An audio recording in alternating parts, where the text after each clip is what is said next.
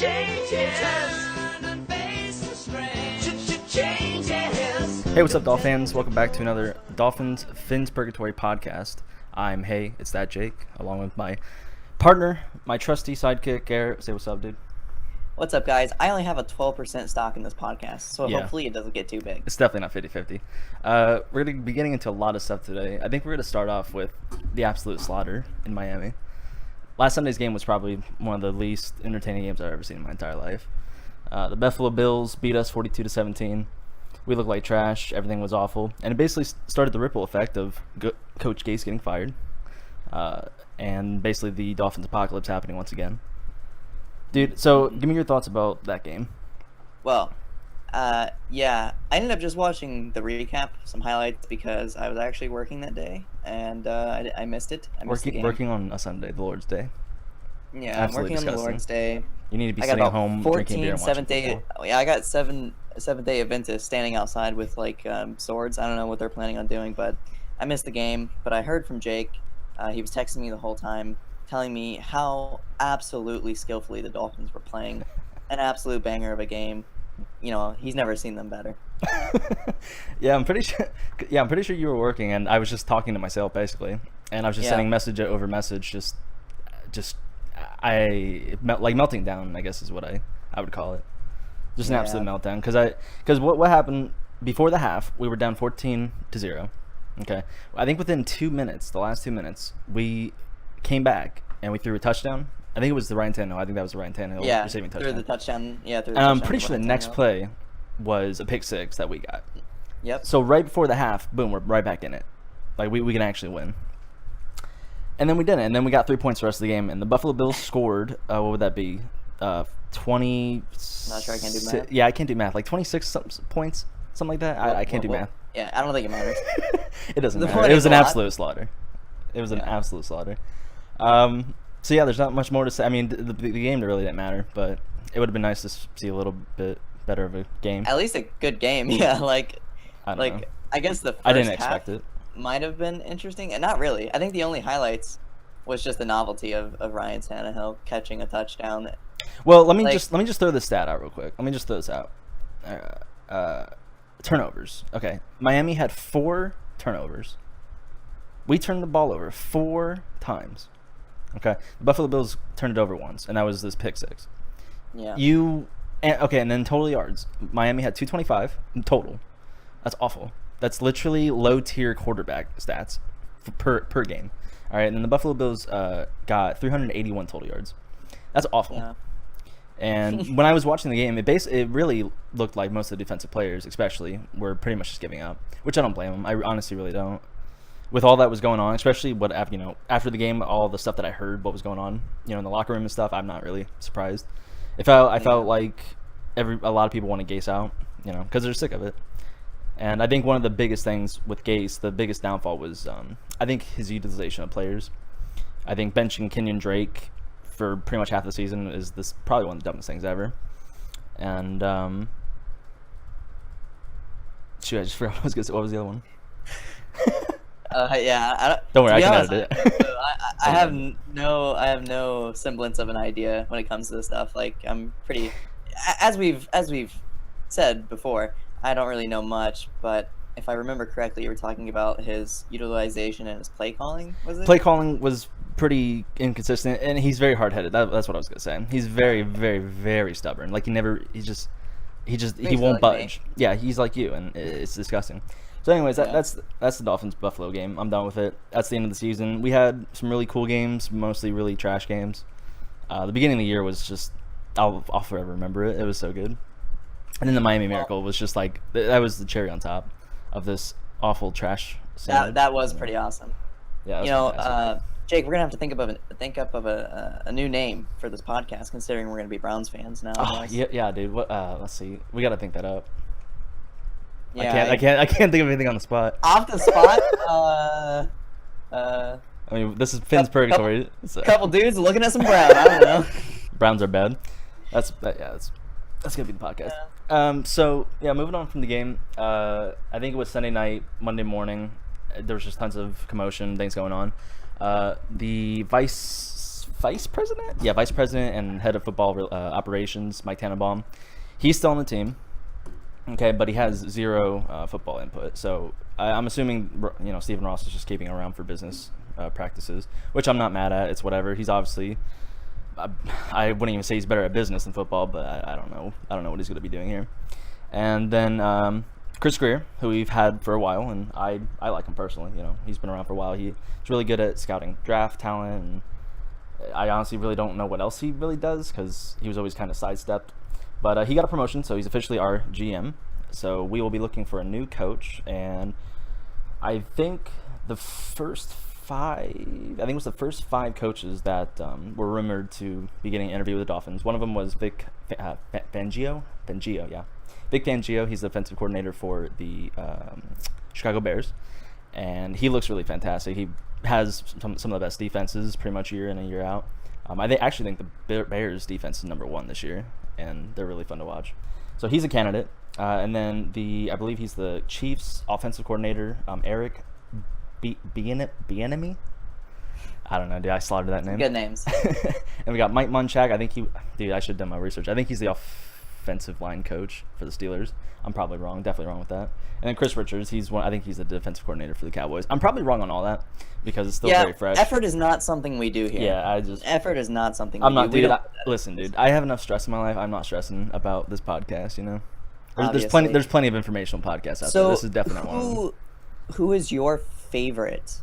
I don't know. Candidate so far. And let me just add, Darren Rizzi also, who's the special teams coach for us and assistant head coach for the Dolphins. He also had an interview, which I don't know what'll come of that. I hope we retain him nonetheless. I really love him, honestly. Out of all those candidates, and I missed another one, Brian Flores, and he's on the Patriots. I don't know what he does. Out of all those, I think Vic Fangio. I think he's probably I don't know, my personal pick. I think, but he's pretty old. I don't know how old he is, but he's consistently has the best defenses, and especially with already young core players like Xavier Howard, Minka Fitzpatrick. I think he can really do something with it. But if he comes in, then we'll definitely need an offensive coordinator who knows how to actually create offense. Yeah, which we haven't had for about 3 years. Yeah. So I don't know. I don't really watch any other teams that very closely because I've been busy. But I'm just gonna let the professionals handle it. I don't really care who's the coach as long as we actually start being competitive and start winning games. I could care less who's coaching. Yeah, that would be nice, honestly. Yeah. But it's official. We're in a full rebuild mode. So buckle up. This next year is probably buckle up because this next year is probably gonna be really, really awful. Like really awful. I'm hoping not, but it's probably going to be really, really bad. We don't even have a quarterback.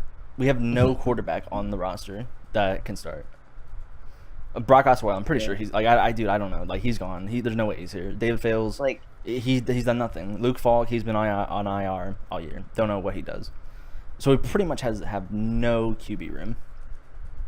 All right, boys. It's gonna be a mess. Pull out the briefcase.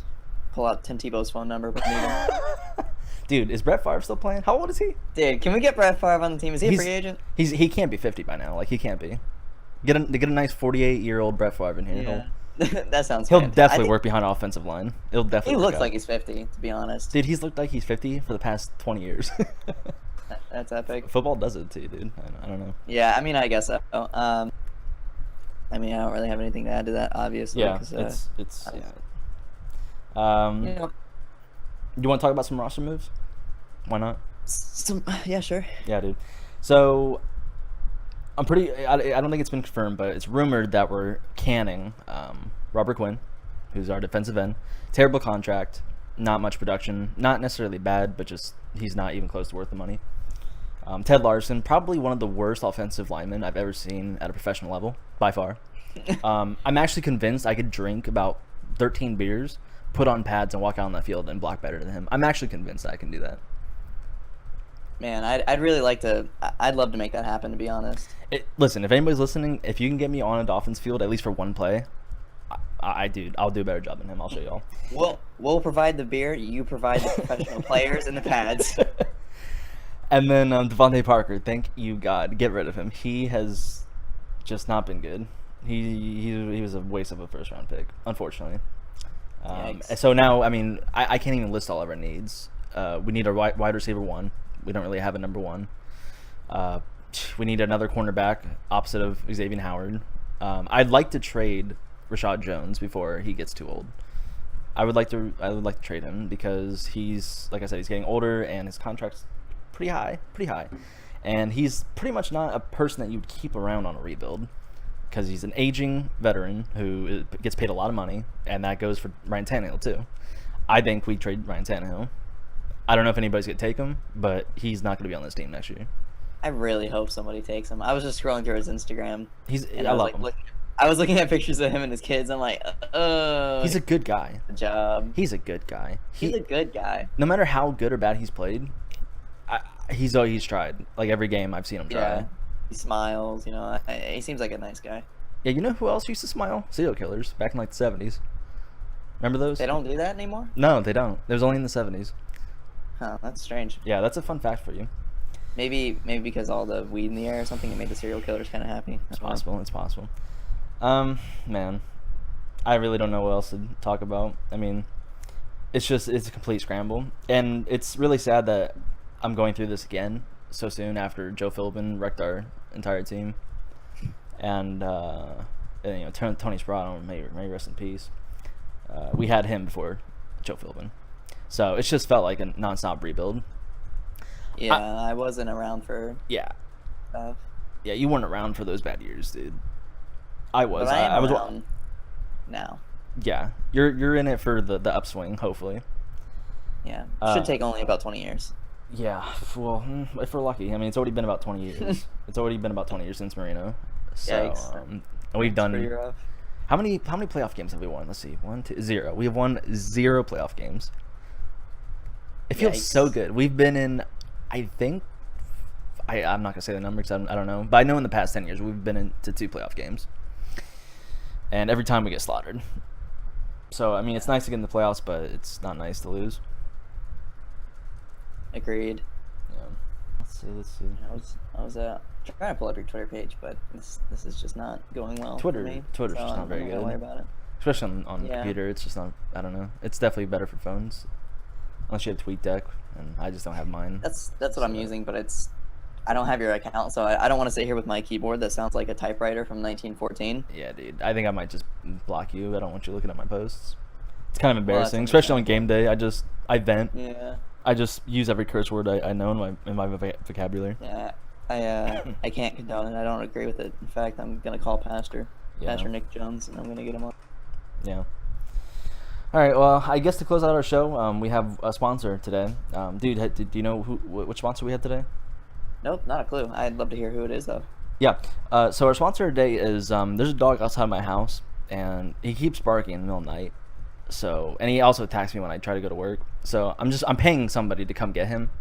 Mm-hmm. So if you're looking to make a few bucks, I'm probably gonna pay about $20 for somebody to come get the dog, and you know, do whatever you're gonna do with him, but just get him off my property.